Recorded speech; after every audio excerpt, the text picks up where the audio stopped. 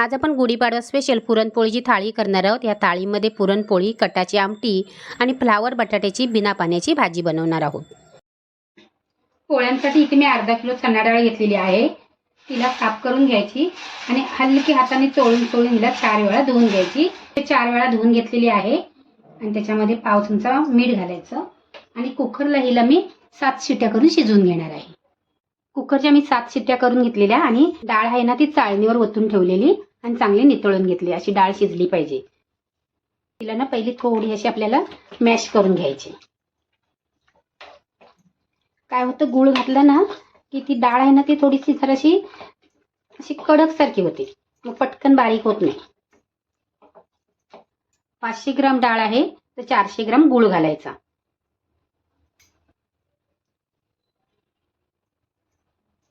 डाळ गरम असते ना तेव्हाच गूळ घालायचा, म्हणजे गूळ चांगला वितळतो पटकन। गूळ वितळल्याच्या नंतर डाळ आहे ती पातळ होते आणि ही डाळ घट्ट होईपर्यंत आपल्याला शिजवून घ्यायची। डाळ चांगली सुकली ना की नंतरच त्याच्यामध्ये आपल्याला वेलची पावडर घालायची। पाव चमचा जायफळ पावडर आणि अर्धा चमचा सुंठ पावडर, 1 चमचा वेलची पावडर मिक्स करायचं आणि गॅस बंद करायचा आणि हिला वाटून घ्यायची। तुम्ही मिक्सरमध्ये वाटा किंवा पुरण यंत्रामध्ये वाटा किंवा तुम्ही ह्या चाळणीमध्ये वाटलीत ना तरी पण चालेल। दुसरी एक ट्रिक आहे, सारण झालं की नाही बघायचे। असं पळीमध्ये नाही तर पलित्यामध्ये सारण घ्यायचं आणि असं पलटी करायचं। खाली पडलं नाही ना की समजायचं की आपलं सारण आहे ते तयार झाले।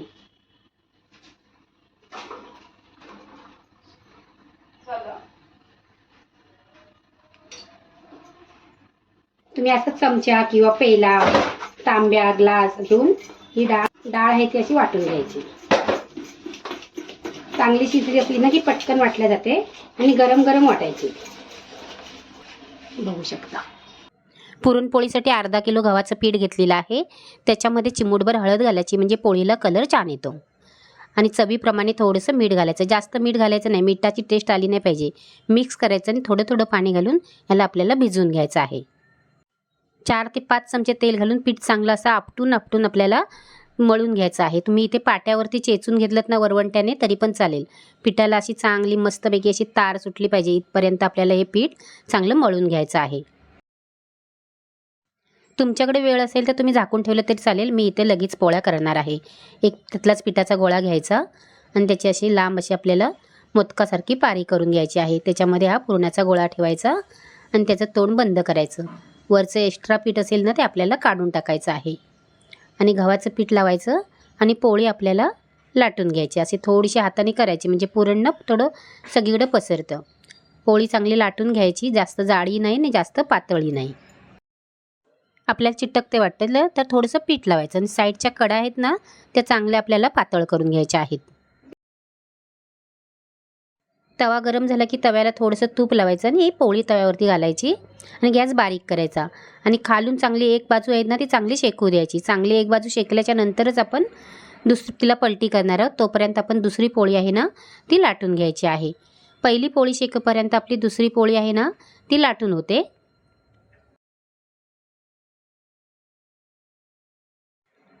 एका बाजूने पोळी शेकली ना की तिला पलटी करायची आहे आणि गॅस मोठा करायचा आणि दुसऱ्या बाजूने पण शेकून घ्यायची। जर एक बाजू चांगली शेकली ना तरच पोळी आहे ती फुलते पण, आणि पोळी फाटली नाही ना तर फुलते। पोळी फुगली नाही तरी चालेल, पण पोळीच्या सर्व कडा आहेत त्या चांगल्या व्यवस्थित अशा आपल्याला शेकून घ्यायच्या आहेत। अशा पद्धतीने आपण सर्व पोळ्या करून घ्यायच्या आहेत। पोळीबरोबर खाण्यासाठी कटाची आमटी करणार आहोत। त्याच्यासाठी इथे टोप गरम करायला ठेवलेला आहे। 2 चमचे तेल घालायचं। तेल गरम झालं की 1 चमचा मोहरी घालायची, जरा जास्त घालायची।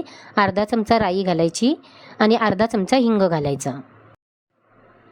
बारीक चिरलेल्या 2-3 मिरच्या कापून घालायच्या, कढीपत्त्याची 7-8 पानं आणि अर्धा कांदा घालायचा आणि त्याला आपल्याला परतून घ्यायचं आहे।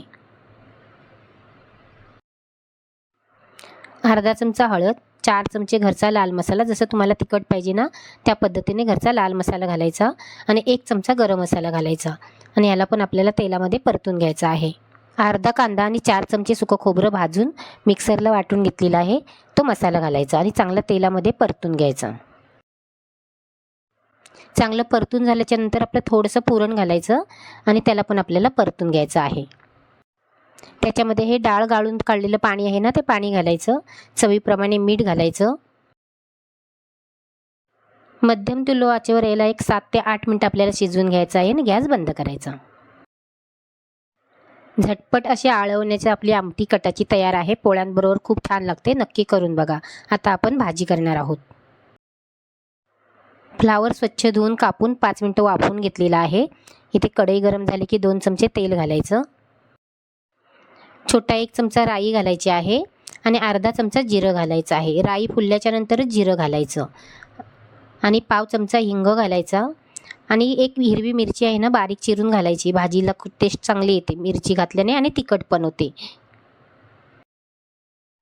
5 ते 6 लसूणच्या पाकळ्या चिरून घालायच्या आहेत आणि मोठा 1 कांदा आहे, तो पण आपल्याला बारीक चिरून घालायचा आहे. कांदा नरम पडेपर्यंत आपल्याला परतून घ्यायचा आहे. कांदा नरम पडला की 1 टोमॅटो घालायचा आणि टोमॅटो मिक्स करून घ्यायचा आणि लगेचच आपल्याला त्याच्यामध्ये 1 बटाटा घालायचा आहे. बटाटा जेवढा तुम्हाला पाहिजे ना, तेवढे तुम्ही बटाटे इथे घालू शकता. मी इथे मोठा 1 बटाटा मध्यम आकाराचा चिरून घेतलेला आहे. बटाटा आपल्याला एक 80 ते 90% वाफवून घ्यायचा आहे. बटाटा शिजल्यानंतर छोटा अर्धा चमचा हळद, 2 चमचे घरचा लाल मसाला, जसं तुम्हाला तिखट पाहिजे त्याप्रमाणे, अर्धा चमचा धना पावडर आणि 1 पॉकेट असं मॅगी मसाल्याचं.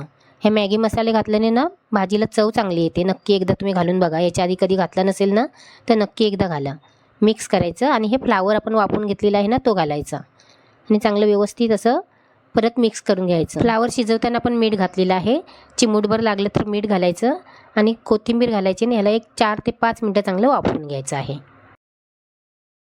झटपट आपली भाताबरोबर खाण्यासाठी सुकी भाजी तयार झालेली आहे. आजची गुढीपाडवा स्पेशल थाळी आवडली तर नक्की लाईक करा आणि घरचा सण या चॅनलला सबस्क्राईब करा. थँक्यू.